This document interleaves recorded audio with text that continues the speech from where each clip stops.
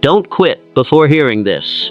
You already know what you should be doing. I am going to say that again, because I want it to land completely. You already know. You know what time you should be waking up. You know what you should be eating and what you should not be eating. You know the work you should be doing and the work you are avoiding. You know the habits that are costing you and the habits that would build you. You know the conversations you should be having and the ones you are putting off. You know what your purpose requires of you today. You know all of it. And yet, if you are honest with yourself, you are not doing all of it. Not consistently, not reliably, not with the kind of discipline that the life you want actually requires. This is not a character flaw. It is not evidence that you are weak or lazy or lacking in some fundamental quality that other, more successful men possess. It is evidence that you do not yet understand something specific, something teachable, something that once understood changes the entire dynamic between what you know and what you do. That thing is self-discipline, not as a character virtue that some people are born with and others are not as the iron willpower of a different and superior kind of man, but as a specific, practical, learnable skill, a set of understood mechanisms and practiced habits that, once mastered, closes the gap between what you know and what you do. This is what I am going to teach you today. Let me begin with the most important thing I know about self-discipline. The thing that, once understood, immediately changes your relationship with it. Self-discipline is not self-denial. Most people approach self-discipline as if it were a form of punishment, as if the purpose of discipline were to prevent yourself from having what you want, to say no to pleasure, to impose hardship, to restrict your freedom in service of some abstract future reward. This understanding is not just wrong, it is actively harmful, because it makes self-discipline feel like an enemy of enjoyment, like something that takes away from life rather than adding to it. And the man who sees discipline as an enemy will resist it, resent it, and ultimately abandon it whenever the resistance becomes sufficient. The truth about self-discipline is the precise opposite. Self-discipline is the mechanism of genuine freedom. The undisciplined man, the man who does whatever feels good in the moment, who follows impulse rather than direction, who cannot organize his behavior around his values and his purpose. This man is not free. He is a slave to his impulses, his moods, his appetites, and the immediate environment that stimulates them. He cannot choose what he does in any deep sense, because his behavior is governed by whatever force happens to be exerting the most immediate pressure on him at any given moment. The disciplined man, the man who has learned to govern his behavior by his purpose rather than his impulses, is the only man who is genuinely free, because only he can choose what he does based on what he has decided matters, regardless of what mood he is in or what impulse is pulling him in another direction. Discipline does not restrict freedom, it creates it. The man who disciplines himself to do the most important work first, every morning, before the urgent demands of the day crowd it out, is free to make progress on what matters. The man who cannot discipline himself to do this is governed by whatever happens to be loudest at any given moment, which is rarely what matters most. The man who disciplines himself to maintain his physical health, to exercise, to sleep, to eat in ways that sustain his energy and his clarity, is free to bring his full capability to bear on his purpose. The man who cannot discipline himself in this way is operating with diminished capability, whether he recognizes it or not. Discipline is not the enemy of the good life. It is the prerequisite for it. Now let me explain the mechanism through which self-discipline actually operates.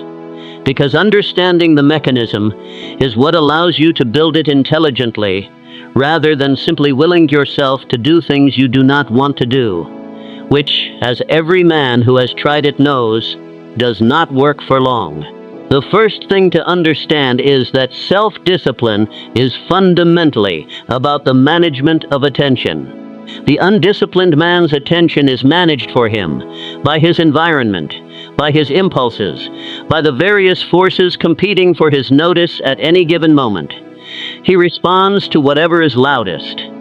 He does what is most immediately stimulating. He follows the path of least resistance in his attention moment by moment throughout the day. The disciplined man manages his own attention. He decides, deliberately and in advance, where his attention will go, and he maintains that decision against the various forces that would redirect it. This sounds simple. In practice, it is one of the most demanding things a human being can do consistently, because the forces competing for your attention are powerful, are constant, and are specifically designed, particularly in the modern world, to capture and hold your attention as effectively as possible.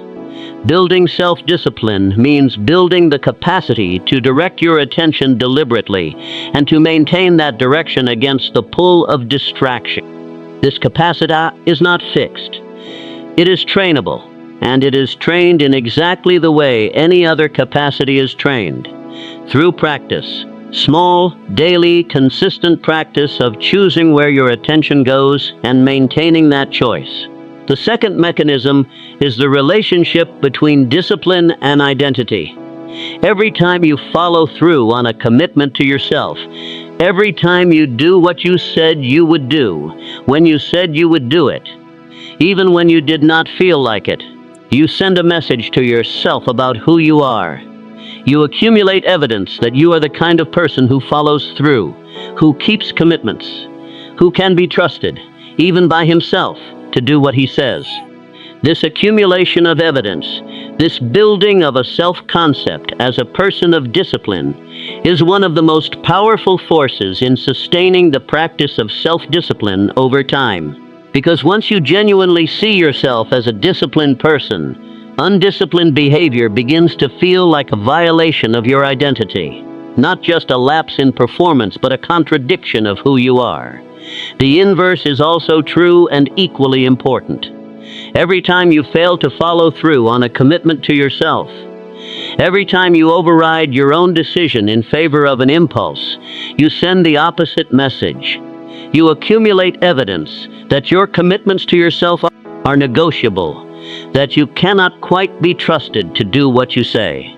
And this self-concept makes every subsequent act of discipline harder, because it requires overcoming not just the immediate impulse, but the accumulated belief that you are not a person who does this consistently.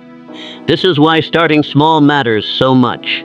The purpose of starting with a small, easily achievable commitment, rather than an ambitious commitment that requires a level of discipline you have not yet built, is to generate early wins, to begin accumulating evidence immediately that you are the kind of person who follows through. Because the identity shift from seeing yourself as someone who struggles with discipline to seeing yourself as someone who practices it is the most important development in building lasting self-discipline, and it begins with small, consistent evidence. The third mechanism is the relationship between discipline and values. The most sustainable form of self-discipline is not the discipline of forcing yourself to do things you do not want to do. It is the discipline of clarity about what you actually want, at the deepest level, and the willingness to let that deep wanting govern your behavior even when a shallower wanting pulls in another direction. You want to do the most important work this morning. You also want to check your messages and spend a few more minutes in bed. The disciplined man does not rely on willpower to choose the important work over the comfortable indulgence. He relies on clarity, on the genuine understanding of why the important work matters, of what it connects to, of what it will ultimately produce, to make the choice feel not like deprivation, but like alignment. When your discipline is grounded in clear, genuine, emotionally resonant values, when you understand, deeply and specifically, why the behavior you are disciplining yourself to maintain actually matters, The discipline requires far less force. It becomes, over time, not a matter of fighting your impulses, but of simply acting in accordance with what you genuinely care about most. Let me talk specifically about the enemies of self-discipline. Because they are real, they are powerful, and understanding them allows you to address them directly, rather than simply trying harder. The first enemy is decision fatigue. Every decision you make throughout the day draws on a limited cognitive resource. The more decisions you make, particularly difficult or ambiguous ones, the more depleted that resource becomes. And as it depletes, your capacity for self-discipline weakens. By the end of a day full of difficult decisions, your ability to resist impulse and maintain your disciplined intentions is significantly lower than it was at the beginning. The practical implication of this is powerful. Design your life to reduce the number of decisions you must make through willpower. Establish routines that take important behaviors out of the realm of decision and into the realm of habit. If your morning practice is decided in advance and executed automatically, it does not draw on your decision-making capacity. If you have to decide each morning whether to do it, that decision itself costs you. And on the mornings when you are already depleted, the decision will not always go the way you intend. Reduce decision points, establish routines, make your most important behaviors automatic rather than discretionary. The second enemy is the environment. Willpower is a finite resource, but the environment, the physical and social space you inhabit, is a renewable resource, and it is one that you can design. The man who keeps his phone on his desk while he is trying to do his most important work is making his discipline harder by creating a constant pull toward distraction.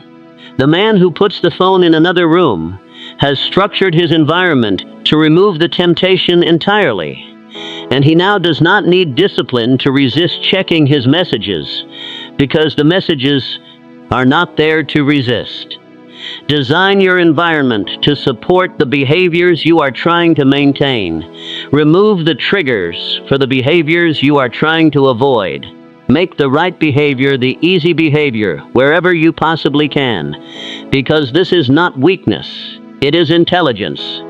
The man who understands that his capacity for discipline is finite, and who designs his environment to make the maximum use of that finite resource, is more disciplined in practice than the man who trusts his willpower to overcome a hostile environment through sheer force. The third enemy is perfectionism. The perfectionist approaches self-discipline as an all-or-nothing proposition. He is either perfectly disciplined or he has failed. And when he fails, as every human being does at some point in some way, he interprets the failure as evidence that he cannot maintain the discipline, which becomes a self-fulfilling prophecy. The reality is that self-discipline is a practice, not a performance. It is not about never falling short. It is about how quickly you return after falling short. The disciplined man does not regard a lapse as failure. He regards it as information about where his system needs to be strengthened, about what conditions make the behavior harder to maintain, about what specific adjustments would reduce the likelihood of the same lapse occurring again. He gets back on the practice immediately. Not tomorrow, not after a period of guilt and self-criticism. Immediately. Because he understands that the practice is not invalidated by a single failure, and that the most important disciplined behavior in the moment after a lapse is the return. I want to give you a specific, practical framework for building self-discipline that I have found to be the most effective approach across decades of studying men who have developed it. Start with one thing, not 5 things, not a complete overhaul of your daily routine. One thing, the single behavior that, if practiced consistently, would have the greatest positive impact on your pursuit of your definite purpose. Make it specific. Not I will work on my purpose every day. Specifically, I will spend the first 90 minutes of every morning before I check any messages or engage with any other demand, working on the most important task related to my definite purpose. Make the commitment to yourself clearly and explicitly. Write it down. State it to yourself as a commitment, not as a preference or an aspiration, and then honor it every day for 30 days. Not perfectly. You will have days when circumstances genuinely prevent the full practice, but as consistently as you can manage. At the end of 30 days, the behavior will have begun to establish itself as a habit. Your identity will have begun to shift. You will have accumulated enough evidence of follow-through to begin seeing yourself as someone who does this. And the discipline required to maintain it will be less than it was at the beginning, because habit requires less conscious effort than deliberate choice. Then add a second behavior. Build it the same way. Stack it on top of the first. Over months and years, this process of adding one disciplined behavior at a time, of building slowly and consolidating each addition before adding the next. This process produces a level of self-discipline that looks, from the outside, like the extraordinary self-mastery of a fundamentally different kind of person. It is not. It is the accumulated result of a consistent, patient, intelligent practice, available to any man willing to begin. I will close with this. The gap between where you are and where you know you could be is not a gap of knowledge. You have the knowledge. It is not a gap of intelligence or talent or luck. It is a gap of discipline. And discipline, genuine, sustainable, identity-level discipline, is not a gift. It is a practice, built one decision at a time, one day at a time, one returned commitment at a time. Begin building it today, not with an ambitious reinvention of your entire life, with one clear commitment, one specific behavior, one daily practice that you will honor, not because it is easy, but because you have decided that who you are becoming is worth more than the comfort of the habit you are replacing. The man who masters himself masters everything. Begin.